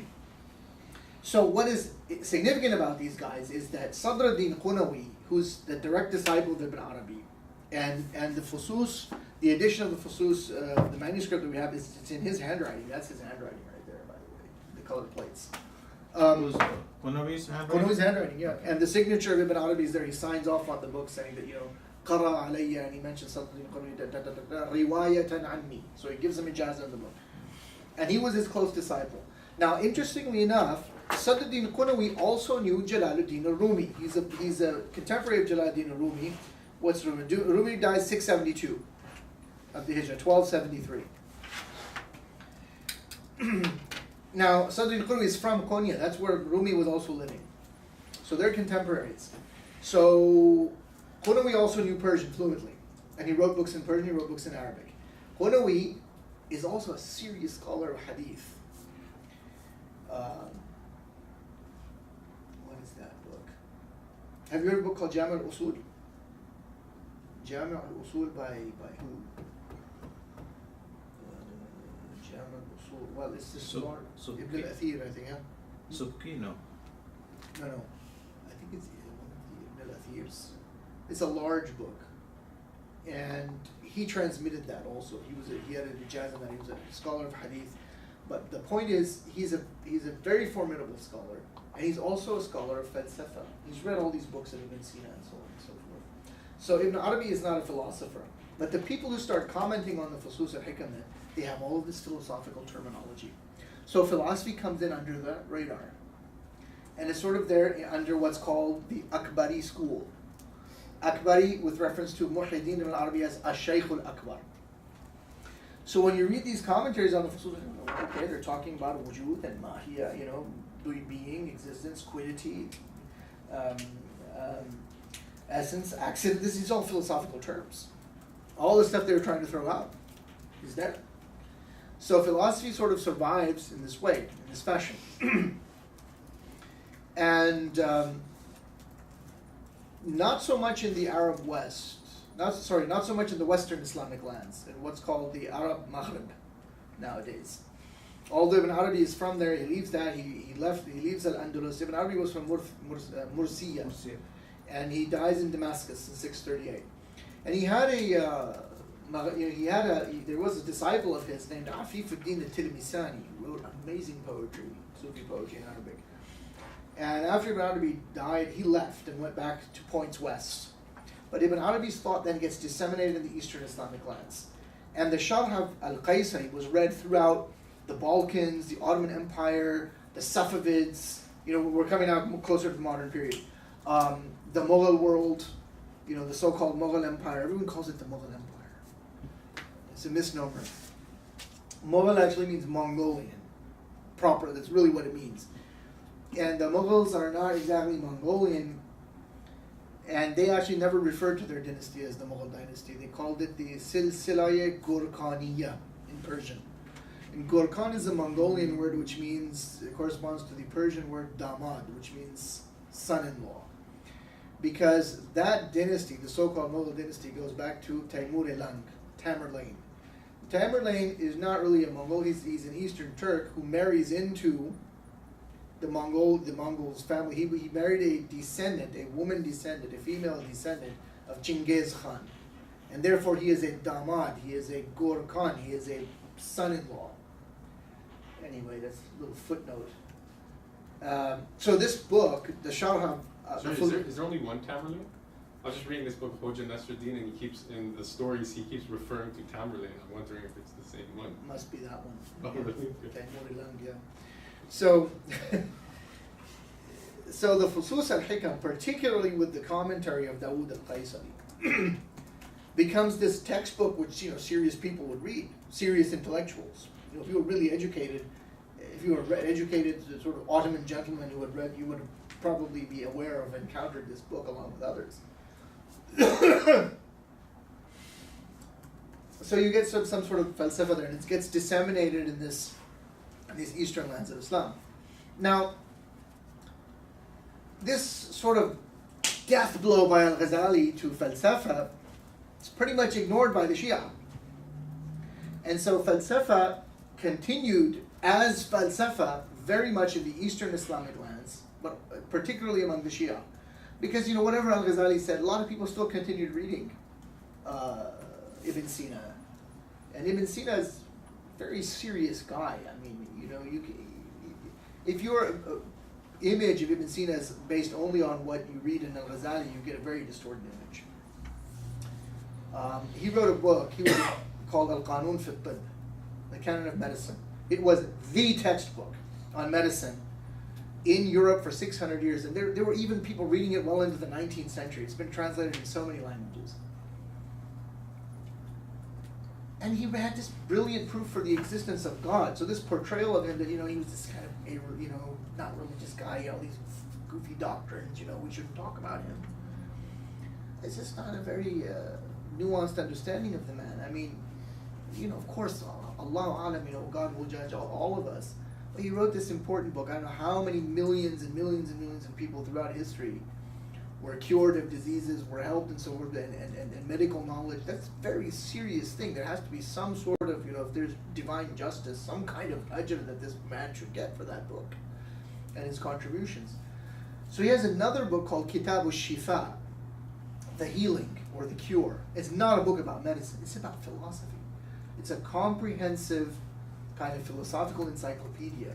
And philosophy or falsafa, for the ancient Greeks and also for the Muslims, means more than just the discussion of metaphysics and ethics, and it has logic. It also included arithmetic, geometry, astronomy. All of that is in the Shifa. Shifa is a big book.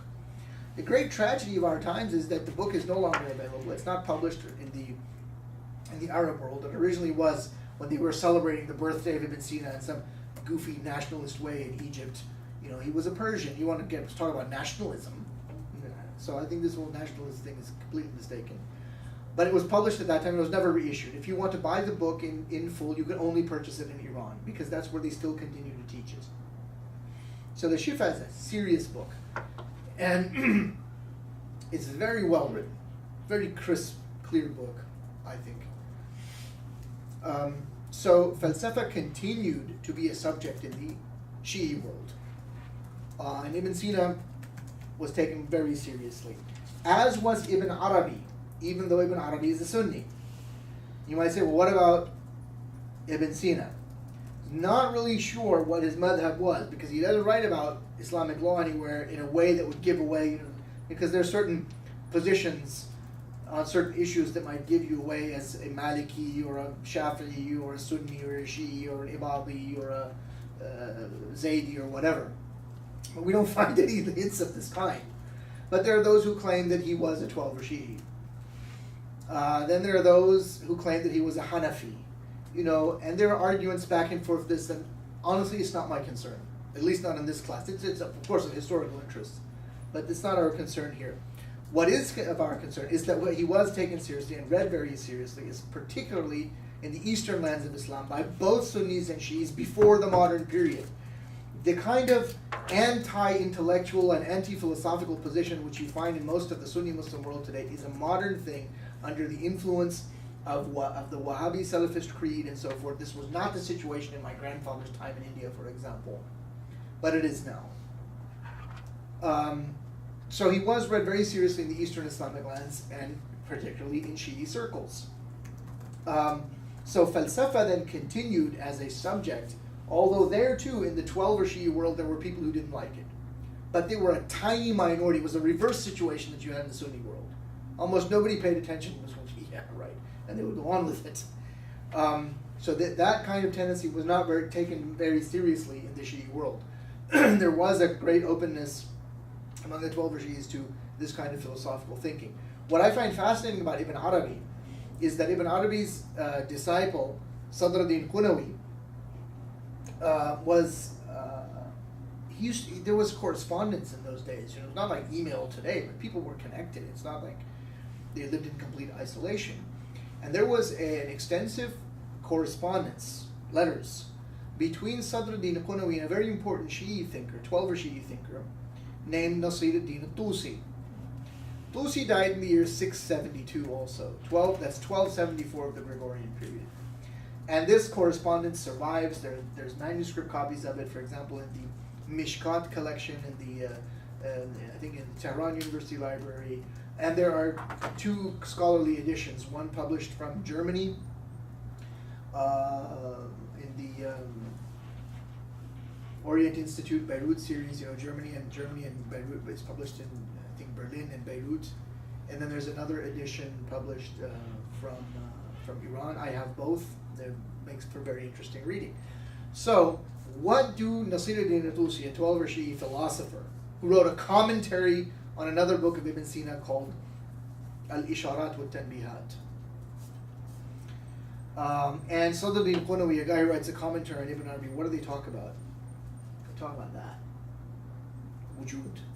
And they're discussing, and they're not getting into this thing, well, you're a Sunni and you're a Shi'i, what the hell is wrong with you, and what's wrong with you, and why are you this way? Fine, this is our things, you pray this way, I pray that. It's not important. What is important is these fundamental, deep issues that have confronted human beings since time immemorial. It's a pity that hasn't been translated into English. So, this kind of philosophical investigation then is pursued with great passion, great zeal by certain figures in the Shi'i world. And it comes to a kind of efflorescence, a flourishing, a blossoming in the Safavid period with what has been called the school of Isfahan. Now those of you, I know Rayan has read a lot, I've talked to Mr. Rayan before, because we both were in the calligraphy class together, or I made his acquaintance. So we talked at length about, someone named Sayyid Hussein Nasr, who is a Iranian gentleman, Iranian scholar, who has done a lot of writing of a kind of popularization, I would say, of Islamic philosophy in English. And this term, School of Isfahan, is usually associated with him. Although it's not really true that he came up with it. It's really the person who comes up with it is another scholar of a giant, actually, of the 20th century, named Henry Corbin. And Henry Corbin, I was absolutely fascinated. He's not easy to read. You have to sort of develop and cultivate. Maybe he's an acquired taste, but I took to him quite quickly. And his writings are fascinating. He's written on Ibn Arabi, he's written on Shiism, he's written on lots of things. And he's very important for our story because he actually studied 20th century philosophy. He started as a philosopher. And he studied with serious people in 20th century philosophy. He studied with Martin Heidegger. Knew the man. He translated Heidegger from German into French. He also studied with someone named Edmund Husserl. These are huge names in modern Western philosophy. So he comes to Islamic studies later, after doing all of these things, when he encounters a figure, a very peculiar figure named Louis Massignon. Louis Massignon is a scholar of usually what someone considered to be very problematic in Islamic history, named Al-Hussein ibn Mansur al-Hallaj, or simply al-Hallaj. So he writes a very, very overly erudite book on him in 1922, originally it came out, called La Passion de al-Hallaj, The Passion of al-Hallaj in French. So anyhow, Korban becomes a student. He says, you should read this guy. And he gives him this book by someone named Shihabuddin al-Suhrawardi al-Maqtul. So Shihabuddin al-Suhrawardi, this one should not be confused with another Shihabuddin, who is Shihabuddin Umar. That's why they call him Shihabuddin al-Suhrawardi al-Maqtul. And he's not Shihabuddin Umar, he's Shihabuddin Yahya. And they usually just call him al-Suhrawardi al-Maqtul. And this Suhrawardi al-Maqtul, where is he? Dies 587 or 1181. In fact, he was executed. Who is? Suhrawardi. Hallaj was also executed. Yeah. Hallaj is executed by 310 or 311 of the Hijrah. Suhrawardi is executed 587, so they're more than 2 centuries apart. This is the Suhrawardi, or the Shape of Light, right? That's a book, yeah, Hayak al-Nur. Yeah, Shape of Light must be in English, English translation. Yeah, that's him. He's a fascinating guy. So this is I always get confused this two Shihabuddin Suhrawardi. So this is the Shihabuddin Suhrawardi what is it? Maqtul. Maqtul. The one who was executed. Okay. Killed. Maqtul killed. Okay. Is he 12er? Is he? I think that he was. Although again, we can play around with this, but if you read the guy, I find it hard to believe that he could have been anything else. Because he has the very clearly stated a doctrine of the infallible Imam. In fact, an Imam who's in occultation. And anyway, that's a whole other subject. But So you're differing with the Kashf al-Mahjub, the other Suhrawardi, Omar. he didn't write Kashf al-Mahjub.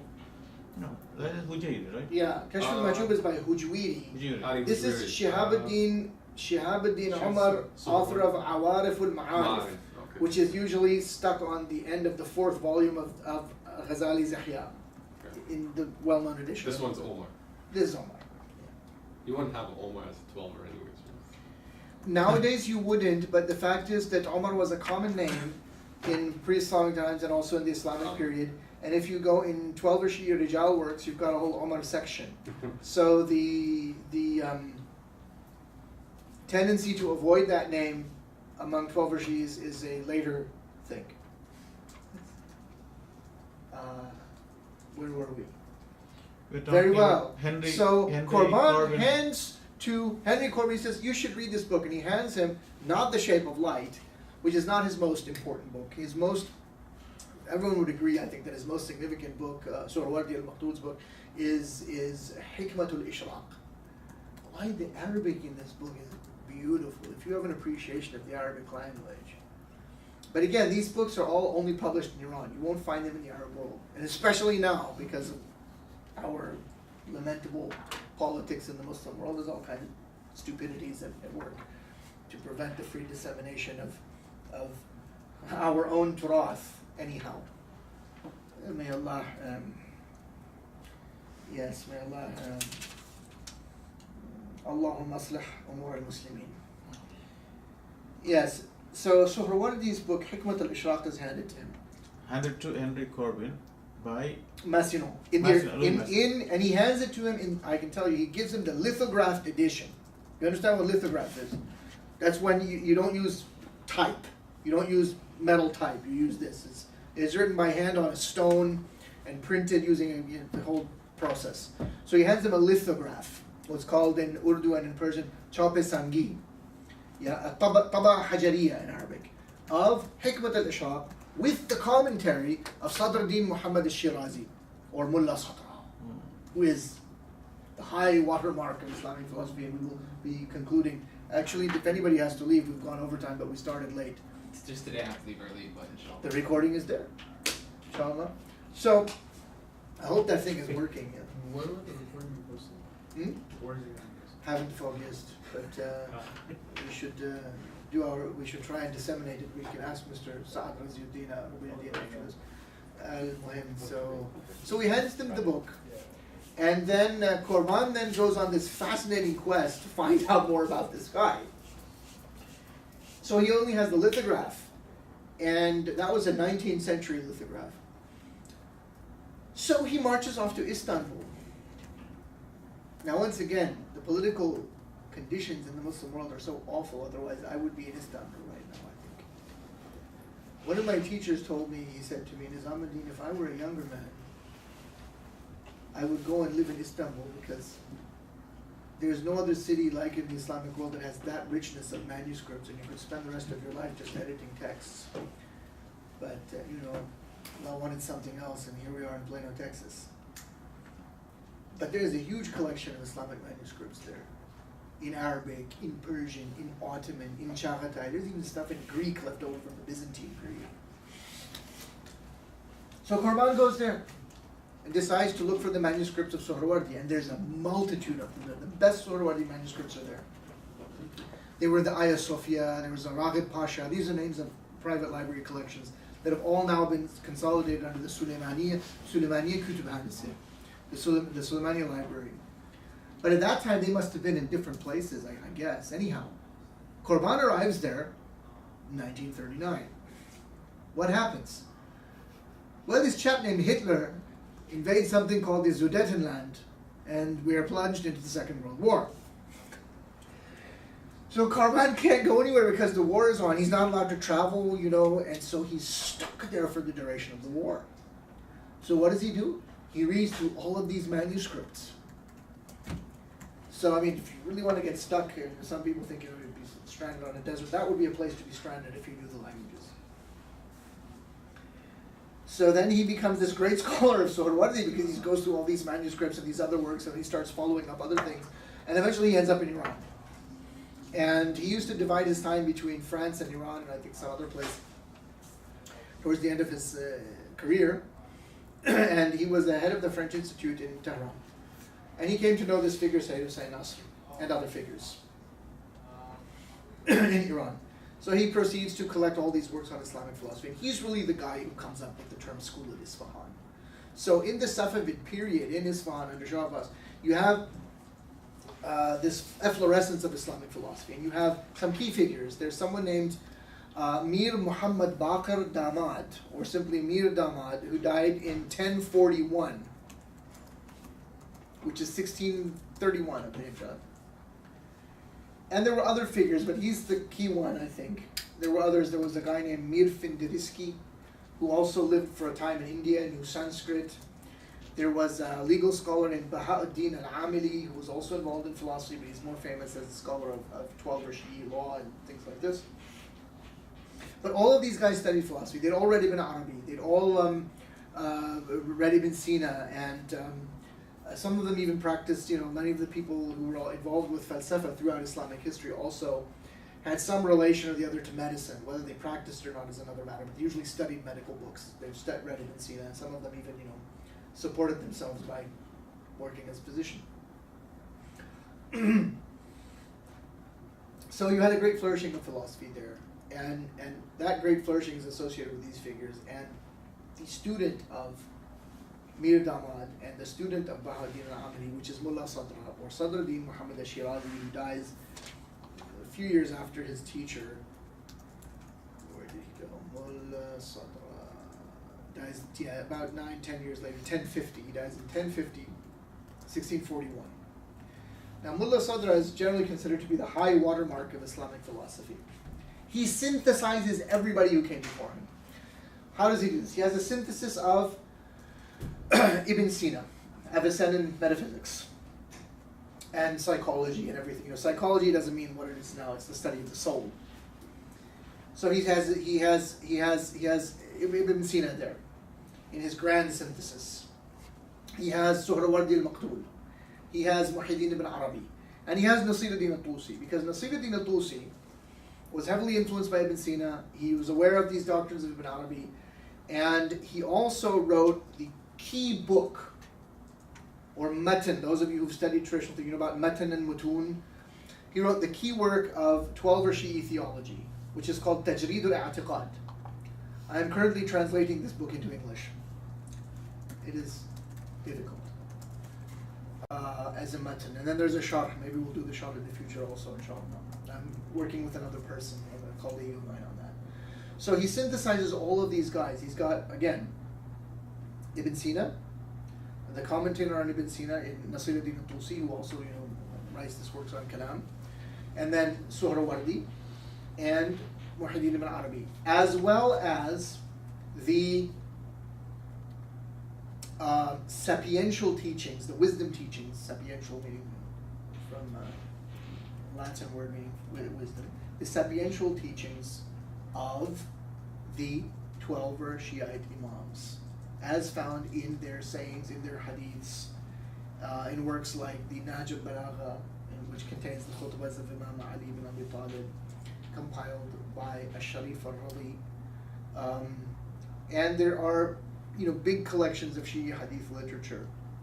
And for the Shia, a hadith is not just an account of a statement, a qawl, or an act, a fi'l, or a tacit approval, a taqreer of the Prophet Muhammad sallallahu alaihi wasallam, but it also includes those of the Imams plus Fatima al-Zahra.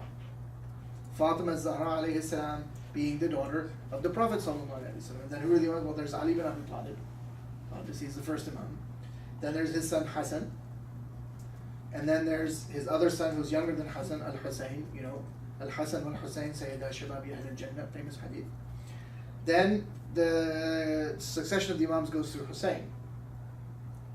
And that's Ali Zain al-Abidin, followed by Muhammad al-Baqir. And this is father to son. Followed by Ja'far al-Sadiq, so he's the sixth. Followed by Musa al-Kadhim. Followed by Ali bin Musa al-Rida. Followed by Muhammad ibn Ali al-Jawad. Followed by Ali bin Muhammad al-Hadi. Followed by al-Hasan al-Askari. Followed by Muhammad ibn al-Hasan, who is known as the Mahdi. And he's the same Mahdi figure. He is the Mahdi figure which the Sunnis also believe. The Sunnis also believe in the Mahdi figure, but they disagree as to who it is. And for the 12 Shiites, this Mahdi figure, the son of al-Hasan al-Askari, is still alive. He's in a state of occultation in some place, and he's going to come out and fill the world with justice, just as he's been filled with dhulm and jawr, oppression and tyranny, etc., etc. So these guys have hadiths, and the Shias have hadith collections, just like you have Bukhari and Muslim and the Muwatta and you know, the Musnad of Ahmad and Sunan of Tirmidhi and this and that and Bayhaqi and there's a lot of Sunni hadith books. So you also have a lot of Shia hadith collections. There's Al-Kafi, which is divided into the Usul section, the Furu' section, and the like khutbahs and wise sayings. That section is called Ar-Rawda. And there's Kitab Man La Yahdur al-Faqih. There's Al-Tahdhib. There's Al-Istibsar. There's Bihar al-Anwar. There's Al-Wafi. There's there's a whole tradition there as well, which most Sunnis have never even heard of. It's very interesting stuff. If you can get to a good academic library, you can see these things. And PCL not so good on this. You'd have to go to Princeton. You'd have to go to Indiana University Bloomington. Surprisingly, has good stuff. These are libraries I've all been in. I tend not to talk about libraries I have not visited. So my guess is you'd probably have this stuff in Harvard. I can't say because I haven't worked and researched in Harvard. You would certainly find these in the better academic libraries in Britain and so forth. So and there's a lot of material there, which is a very philosophical significance. All of that is synthesized in Mullah Sadra. Mullah Sadra wrote many important books, but his magnum opus, his greatest work, his big book, is called Kitab al-Asfar al-Arba'a, or simply al-Asfar, in 9 big volumes. And he quotes all these people who came before him, but the amazing thing is, who does he quote the most? He quotes Ibn Arabi. Full knowledge of Ibn Arabi is a Sunni, mind you. There's no sort of sectarian games being played, or that shouldn't maybe sectarian game. I mean, sectarian polemics is what I mean, going on in these books of Mullah Sadr. It's very profound and deep. That philosophical tradition continues just onto the eve of modernity with someone named Mullah Hadi Sabzawari. And he sort of summarizes everything because Mullah Sadr inaugurates a new school. And it's called Al-Hikmat al-Muta'aliyah, the school of transcendent wisdom. And Mullah Hadi Sabzawari, distills everything down into this matan which you can memorize. It's a poem. Mullah Hadi Sabzawari. So he's considered sort of the last figure on the eve of modernity. And then in India, actually, I discovered this work some years ago. It was given to me by someone, and we had it only recently published in this facsimile edition. So I would say it's probably one of the last people in this tradition. He dies in 1917 of the Gregorian calendar, or 1336, is Sayyid Murtada al-Nahrawi. And he has this book called Mi'raj al-Uqul. Very important work of Islamic philosophy, almost unknown. This was just printed in facsimile with introductions by myself in 2016. So this is kind of some of the key figures, but what I want to get across to you, and this will be my concluding paragraph, is that Islamic philosophy is a massive tradition in which you have a confluence of many other traditions that come before it. And it's not necessarily something which is going to be agreed upon as somehow being in conformity with the Sharia in the interpretation of madhab X or Y or Z. Anyhow, so the most fundamental or probably most basic question really, and it's really sort of the most simple question you can ask, is the question of being and existence. And that's what we will look at in what remains of what is there in the course, and we will gradually build up to some of these thinkers. But we must begin sort of at the beginning. And we will begin with what is called the Parmenides, which is a dialogue of Plato. It's very difficult.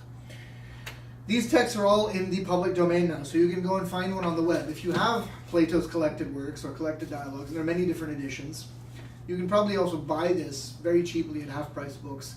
It's Parmenides. Please prepare this text for next time. We will discuss it. It's difficult. It's supposed to be. Read it. All right? Parmenides. Do I have to write it on the board? Is everyone clear? This one, right? Syllabus as well, right? No, it's not what's there. That's a mistake. That's what I should point out. What's written in the syllabus, strike that, and read the dialogue of Plato entitled Parmenides.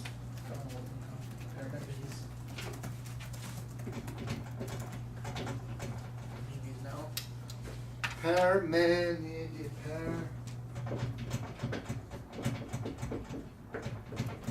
This is a dialogue by Plato. Yep. So this is what we will discuss at length next time. It's a debate and discussion on the nature of the one. So the book I need to look for is Dialogue of Plato. Dialogue, is that the one or no?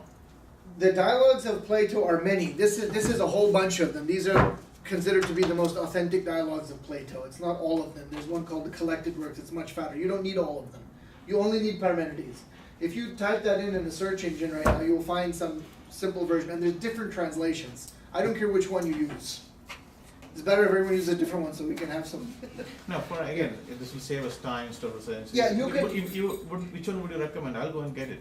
Which one? For this, to read this, which one would you recommend? There are many different translations. I can't recommend one over the other because I strictly speaking cannot recommend because I'm not a scholar of Greek. Okay. I mean, it's not for a purpose. Somebody just get an idea of to read. I mean, instead of spending an hour researching. Okay. So, it'll help us. So. Sure. Let's see which one is here. This is Princeton Collected Dialogues of Plato, Parmenides, translated by Cornford. Corn, C-O-R-N-F-O-R-D. Cornford. Okay. He knew what he was doing. I mean, Cornford was a serious heavy-duty scholar. He also did the Republic and other ones. Yeah. I've listened to Sayyid Nasr like a number of times, very much impressed with him. And then also, I don't know if you know Muhammad Rustam. Oh yeah, Muhammad's a friend of mine. Yeah, he's a friend of mine too. He's a friend of yours. Okay, good. Yeah, I know him from Toronto. Yeah, he's a very nice chap. Yeah. We both had a similar teacher also, but he's much more into philosophy and that sort of thing. Now, I was wondering, how did the Sunnis take to Mullah Sadra? Because I hear this name a lot from them. They pretty much have never heard of him. The School of Enlightenment or the Ishraq. They don't know. They are not interested. For the vast majority, unfortunately.